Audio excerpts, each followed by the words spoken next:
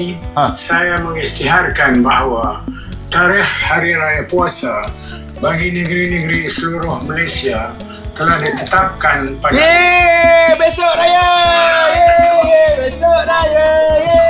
Besok raya! Besok raya!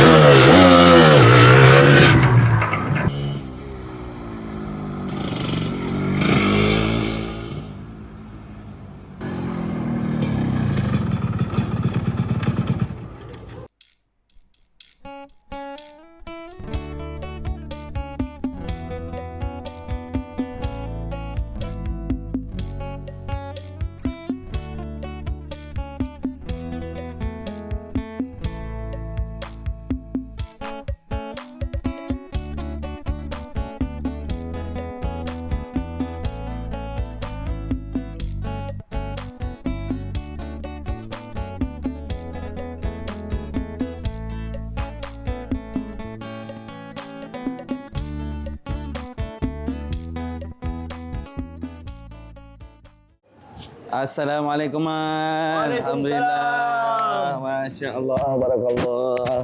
Man, ada benda nak cakap lah, Man. Jom, Man. Kita borak-borak sikit, Man. Okey, boleh. Alhamdulillah, Man. Alhamdulillah. Terima kasih lah kawan-kawan semua sudi untuk bersihkan, untuk buat persiapan kita punya solat raya ni. Kalau ikutkan, Man, kalau tak buat macam ni, Man, maunya sampai ke jalan kita punya jemaah. Sebab itulah. apa? Dalam keadaan masjid kita macam ni memang memerlukan dan mengharap sangatlah semoga Allah SWT yang memberikan, yang menghadirkan orang-orang yang murah, untuk menjadikan dan merealisasikan kompleks kita ni supaya menjadi satu kenyataan lah. Betul, Ustaz. Alhamdulillah, syukur Alhamdulillah. Kita pun makin lama jemaah makin ramai. Sampai ke luar sana, Man. Daripada kat Simen ni, kita dah pakai kemah dah sekarang. Kadang-kadang tu sampai ke tengah jalan tu. Betul. Jadi kalau boleh tu kita mintalah semoga Allah SWT menjadikan impian kompleks kita ni untuk memberi keselesaan kepada masyarakat setempat, insya-Allah. Mungkin 3 tahun lagi kita dah boleh duduk kat masjid baru, insya-Allah. InsyaAllah. Mungkin kita doa sama-sama, insyaAllah. Okay, Man. Jom kita ajak kawan-kawan kita bertakbir sekali. InsyaAllah semua pun dah siap. Dan kita doakan sama-sama semoga besok solat raya kita dapat dijalankan dengan sempurna dan juga diberikan kelancaran, insyaAllah. InsyaAllah. Terima kasih banyak. Beres. Jom sahabat, dah siap ke sahabat? Jom. Siap. Oh, kita takbir sahabat. Walillahil hamd. Allahu akbar. Allahu akbar. Allahu akbar. La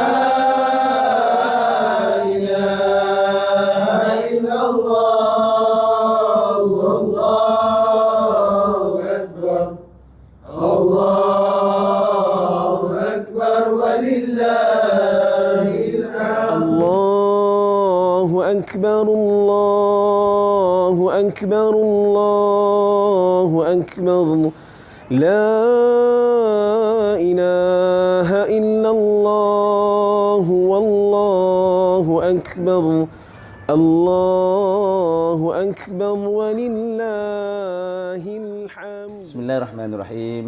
Assalamualaikum warahmatullahi wabarakatuh. Alhamdulillah kepada semua pendengar dan juga seluruh yang dapat menyaksikan siaran ini, insya-Allah.